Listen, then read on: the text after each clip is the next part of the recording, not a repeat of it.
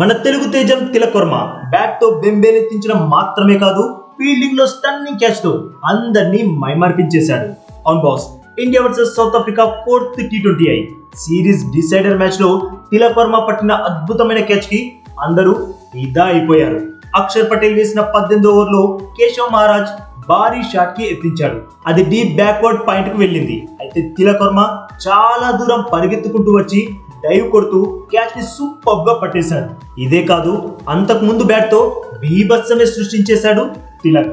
ఈ రోజు ఎవరైనా మ్యాచ్ హైలైట్స్ చూసి బాగానే బాదారు అనుకోవచ్చు. హైలైట్సే కదా, అన్ని బౌండరీస్ మాత్రమే చూపిస్తారు అనుకోవచ్చు. కానీ లైవ్ మ్యాచ్ లో కూడా హైలైట్స్ చూస్తున్నట్లుగా బాదాడు తిలక్ వర్మ. తిలక్ మాత్రమే కాదు, సంజు శాంసన్ కూడా.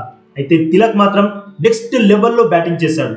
ఏకంగా 255 స్ట్రైక్ రేట్ తో 47 బంతుల్లోనే 10 భారీ సిక్స్లు, 9 4ల సాయంతో 120 పరుగులు సాధించి వరుస మ్యాచ్ల్లో సెంచరీలు బాది రికార్డు క్రియేట్ చేశాడు. తిలక్ ఇంకా సంజుల వీర బాదుడికి మన టీం 20 ఓవర్స్ లోనే 283 పరుగులు సాధించింది.